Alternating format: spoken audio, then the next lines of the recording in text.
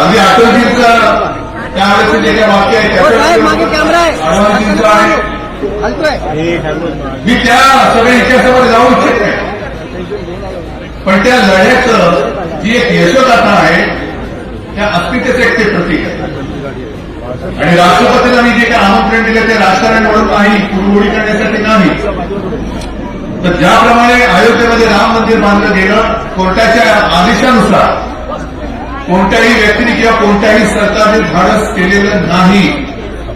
अगदी आपण त्या सरकारमध्ये सामील होतो, वाजपेयींच्या सरकारमध्ये होतो, मोदीजींच्या पण होतो, पण कोणाची हिंमत झाली नाही राम मंदिर करण्याचा आदेश करायचा की सर्वोच्च न्यायालयाने दिला आदेश. आणि ज्याप्रमाणे सोमनाथची प्रतिष्ठापना झाली ती सरदार वल्लभभाई पटेल यांनी, म्हणून त्यांना लोह पुरुष म्हणतात, पोलादी पुरुष म्हणतात, नुसतं नावाचे नव्हते ते तसे होते. सोमनाथ मंदिर ज्याचा वारंवार विध्वंस केला होता मोगलांनी, त्याची पुनर्स्थापना त्यांनी केली, पुनर्निर्माण केलं. दुर्दैव असं की त्याची प्रतिष्ठापना होताना वल्लभभाईंचं निधन झालं, पण त्यावेळेच्या लोकांनी देशाच्या राष्ट्रपतींना डॉक्टर राजेंद्र प्रसादांना बोलवलं, कारण ती केवळ सोमनाथची प्रतिष्ठापना नव्हती तर देशाच्या अस्मितेची प्राणप्रतिष्ठा होती. तशीच याही वेळेला ही प्राणप्रतिष्ठा देशाच्या अस्मितेची आहे, म्हणून राष्ट्रपतींना बोलवावं ही आमची जाहीर मागणी. मग कोणीतरी सांगितलं की त्यांना सुद्धा बोलवलंय, म्हणजे त्यांना सुद्धा बोलवलं, ठीक आहे, असं गर्दीमध्ये त्यांना बोलवलं तर त्याला काय अर्थ नाहीये. आम्ही जे बोलतो आहोत ते एका सन्मानाने बोलतो की राष्ट्रपती महोदय आपण या, आपल्या हातनं आम्ही काळाराम मंदिराची आरती करतो, आपल्या हातनं आम्ही गोदावरीची आरती करतो. आणि विशेष म्हणजे आपण आरती करताना फोटोमध्ये मी संजय राऊत असतानाही आपल्या एकटीचा फोटो येईल.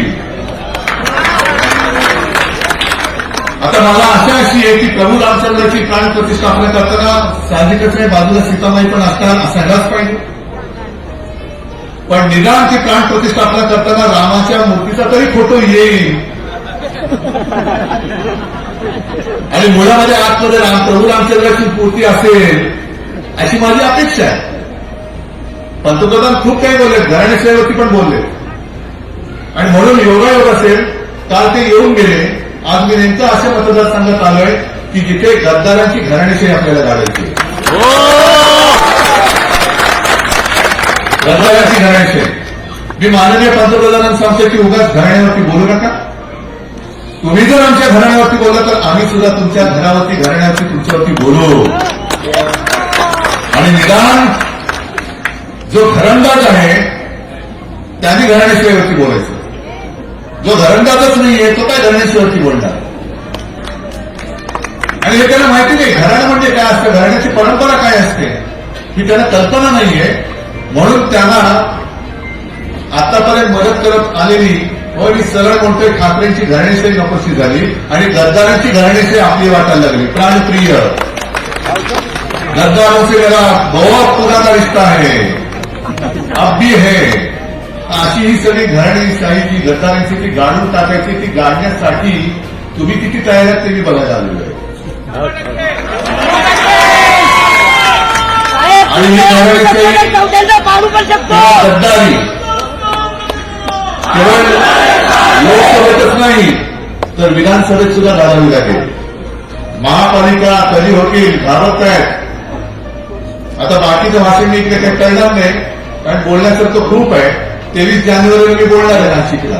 आपल्यापैकी त्यातनं बरेच लोक येतील मला माहितीये, पण तूर्त आज जरा मला बरं वाटलं की ज्यांना असं वाटत होतं की कल्याण लोकसभा मतदारसंघ म्हणजे आपली बाकी जायदाद आहे,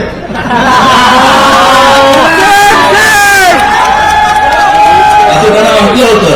कारण त्याही वेळेला निष्ठावंत शिवसैनिकांना नाकारून यांच्या घराण्याशाहीला मी उमेदवार दिली, ती चूक माझी आहे. पण मी केलेली चूक तुम्ही सुधारायची आहे आणि यावेळेला मी पण ती सुधारणार आहे. म्हणून मी तुम्हाला सगळ्यांना धन्यवाद देतो. राष्ट्रवादीचे सुद्धा नेते जे आहेत, तुमचं ऑफिस इकडेच आहे, आपण बरोबर आहे, ऑफिस सुद्धा सोबत आहे, काँग्रेस सुद्धा सोबत आहे, सगळेच सोबत आहे, आरपीआय पण आहे, वंचित आहेत, सगळेच आहेत. जे जे देशभक्त आहेत ते सगळे माझ्यासोबत आहेत. म्हणून तुम्हाला मी खूप खूप शुभेच्छा देतो. आता उद्या संक्रांत आहे. संक्रांतीला काय म्हणतो आपण, तिळगुळ घ्या. ते कालपासून तिळगुळीचे लाडू वाटायला सुरुवात झालेली आहे. कालपासून सुरू झाले. पुन्हा या महिन्यात दुसऱ्यांदा पंतप्रधान महाराष्ट्रात येणार आहे. कारण मी मगाशी बोललो वाटतं की यांना निवडणुकीला महाराष्ट्र लागतो, व्यवसायाला गुजरात लागतो. त्याच्यामुळे महाराष्ट्राची ताकद आता आपल्याला दाखवायची. सगळ्यांना शुभेच्छा देतो. अशीच एकजूट ठेवा. धन्यवाद. जय हिंद, जय महाराष्ट्र.